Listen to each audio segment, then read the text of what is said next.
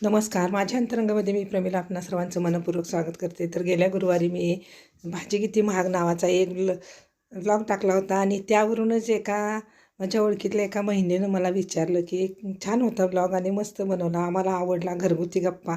तर मी म्हटलं कसं काय करतात तुमची मुलं? त्याही म्हणाल्या तुमची मुलं काय करतात, अशी चर्चा. तर त्यांना 3 मुलं, मोठा मुलगा शेती करतो आणि लहान 2 मुलांना तो शिक्षणासाठी मदत करतो. त्याचंही लग्न झालेलं नाही अजून मोठ्याचं.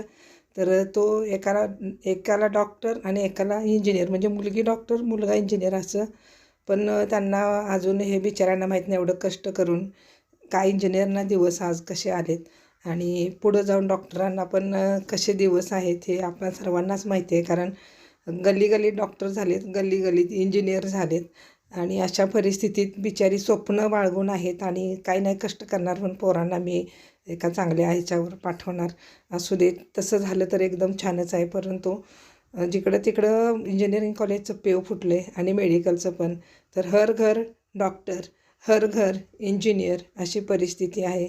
आणि मग भविष्य हे डॉक्टरांना देखील फारसं चांगलं नाही. कारण आता जी अवस्था इंजिनियर लोकांची झाली तीच अवस्था येत्या काहीच वर्षात, म्हणजे अवघ्या 4 ते 5च वर्षात डॉक्टरांची पण होईल. आता हे कसं पटणार लोकांना? बिचाऱ्यांना गरिबांना काय माहिती नसतं आणि ते झटत असतात खोटी स्वप्न उराशी बाळगून.